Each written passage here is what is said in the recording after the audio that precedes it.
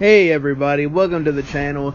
This is your host Zach, and we're here with another bite-sized breakdown. And oh boy, is this a good one today.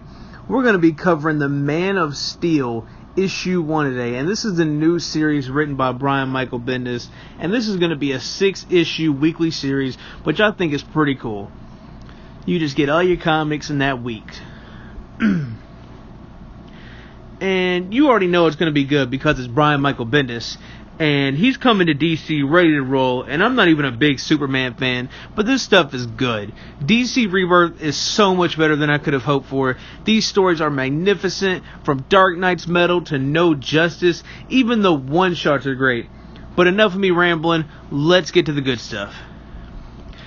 So we start this story off far into the past, and we see Krypton, and there's cracks all throughout the planet, and it looks rough. It looks like it's ready to just explode.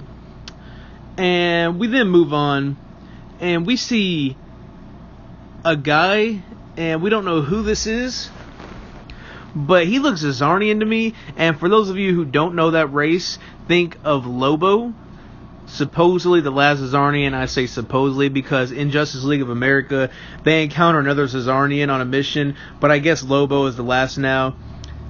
Anyway, back to the story.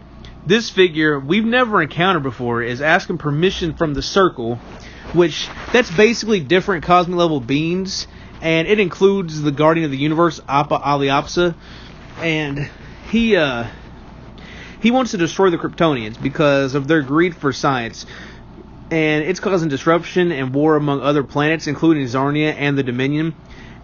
But he has a problem with this, so he's asking permission from the Circle to eradicate them before any more harm can come. And he's not asking for a war, because that's just more harm. He wants to personally handle the matters. Next,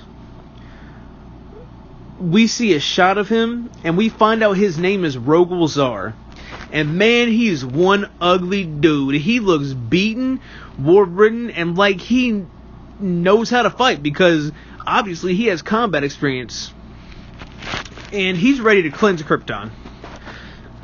Now we jump back to the modern-day Metropolis, and what we see Firefly, and he's holding a man at gunpoint. Yeah, I know. What's Firefly doing in Metropolis? Well, it turns out he figured the place is so squeaky, and it's just so squeaky clean that, like, nobody would think to look for him there, you know? And that's the perfect place to hide. So, plus he knew Superman wasn't going to be in town for some reason at the moment, but I guess he underestimated Superman. And, he's holding the guy at gunpoint. The guy, we come to find out, his name is Killer Moth. And he knows Superman can be here in a matter of seconds, if not less. He warns him that he can hear you, and out of nowhere, as expected, Superman swoops straight through and picks them both up. As they're flying away, Firefly is straight terrified, let me tell you. He's terrified that Superman is going to drop him.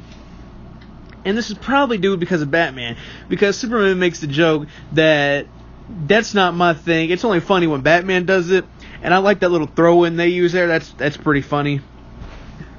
But we assume Clark took them to jail, because in the next panel, we just see Superman hovering outside the Daily Planet, and he's listening for trouble, and out of nowhere, he hears a sound. And it turns out to be a song, and Superman just listening to it, and it's the most beautiful song he's ever heard, and he swears he's heard it before, but he can't seem to place it.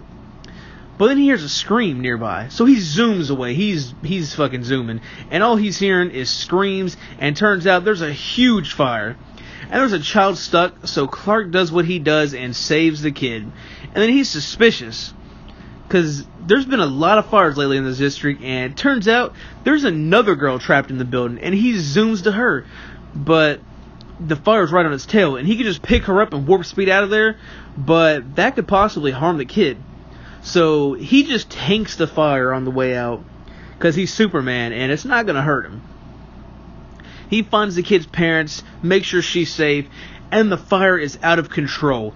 He takes action, he sucks the fire up to the sky, and he's trying to take care of it, but there's something fishy about this fire. It's not just normal fire. He really doesn't like it, but he gets rid of it nonetheless. So since he was so suspicious, he goes back to the building, and he's trying to figure out what could possibly be the cause of this fire. And as he's investigating, we assume he hears John's voice. It's just a disembodied voice from his head, it looks like. And then someone appears, there's a light, and turns out to be a firefighter.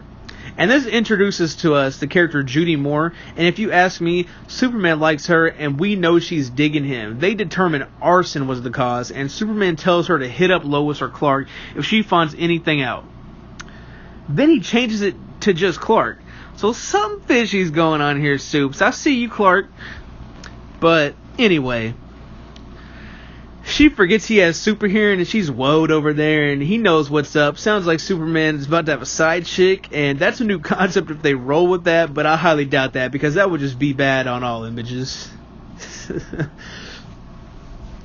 But then we flash back to Rogol-Zar, and we just see a creature approaching him on his desolate planet, because he stays on this planet to train and stuff whenever there's not a war or anything, so he can keep his strength up. And this creature challenges him, and he takes it out in one blow. He then sees a green light in the distance, and he's like, "You're the first visitor to this planet." And it turns out that it's one of the Guardians of the Universe. It's Appa Ali Apsa, and he has news for Rogol-Zar. And he's come to let him know the Kryptonians have not moved towards anyone with aggression, so no action will be taken in the matters, and we can clearly see Rogol-Zar is mad. But they believe his judgment is clouded by past history, so we have no clue what this history could be, but obviously it's bad. To make him want to assassinate the whole race, I guess assassinate, but we just have no clue. And so what's going to happen is they're going to allow Krypton to rise and fall on their own terms, and he believes that someone has influenced that decision. He is pretty furious about the decision. We then flash back forward through time, and we get a shot of Clark at the Daily Planet working on that report of arson, and his boss comes in and is completely discrediting to his article, because his article is about the arson, and his boss doesn't want that. He wants something catchy, flashy, just ready out there, and nobody wants to read about arson. And Clark sees a picture. He's disappointed. He sees a picture of John and Lois on his desk, and we flash back to Clark and John, and John's costume no longer fits, it seems, and obviously he's growing. I'm assuming he's going to be a future Superman, you know. But Clark's like, "Take that suit to your mom. Let's see if she can work on it." But they get to the kitchen, and Lois is on the phone working through details of another report. And all we see is a bright light, and they're just like, "What is that?" And that's it, guys. That's it. That's a cliffhanger. We get a cliffhanger on this one. I guess we're going to find out what happens next week in issue 2 of this story. We will definitely be covering that, because it's Brian Michael Bendis, and this story is greatness. This is really good writing. And if you all liked anything you heard here or didn't, like, subscribe, and comment below, and we'll see you on the next Bite Size Breakdown. And this is Zach, and I'm out. Peace.